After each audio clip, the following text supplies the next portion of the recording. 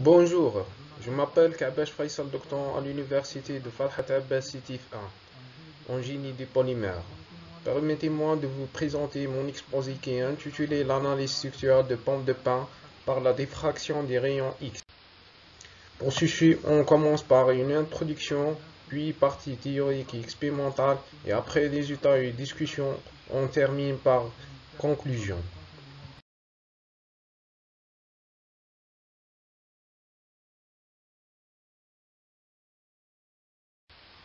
Les fibres végétales présentent actuellement un essor très important dans le domaine de renforcement des polymères. Ils s'inscrivent parfaitement dans le démarche de développement durable. L'intérêt pour ces fibres réside notamment dans leurs bonnes propriétés spécifiques. Malheureusement, la présence des groupements hydroxyles à la surface des fibres leur confère un caractère hydrophile qui les rend incompatibles avec les matrices organiques à caractère fortement hydrophobe. Pour pallier cet inconvénient, il existe divers traitements permettant la modification de leur surface et de minimiser ce problème.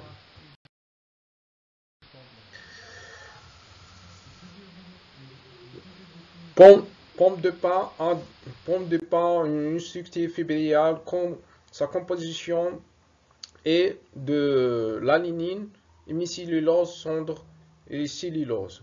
Ces proportions de ces constituants dépendent de l'âge, l'espèce et la plante. Comme toute fibre végétale, la pomme de pin a des avantages tels que faible densité, faible coût, fibre renouvelable par culture, faible consommation d'énergie pour leur protection et surtout fibre biodégradable. Parmi les inconvénients, cette fibre a une stabilité thermique limitée. Donc notre objectif principal est d'étudier l'effet de traitement d'étudier l'effet de traitement de surface par mesurisation sur les propriétés de pomme de pin. Pour ceci, la pomme de pin a été broyée puis tamisée afin d'obtenir une farine ayant une taille inférieure à 100 micromètres. Puis, la pomme de pin est traitée dans une solution de NaOH 5%.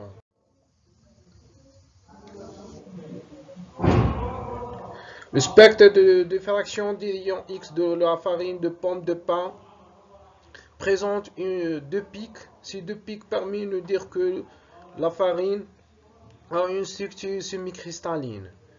D'après les valeurs englobées dans le tableau, on constate que l'indice cristallinité de farine traitée par un NaOH sont supérieurs à ceux de farine non traitée. Ceci est dû au traitement qui permet de réduire la quantité des substances Ceci est dû au traitement qui permet de réduire la quantité de substances amorphes présentes dans la farine, telles que l'hémicellulose et les graisses. Cette réduction va en faveur de l'augmentation du taux de cristallinité de notre farine. Pour conclure, on peut dire que notre étude de propriétés structurales de pomme de pin a montré que le traitement alcalin de NaOH 5% augmente le taux de cristallinité de fibres de pomme de pin. Merci pour votre attention.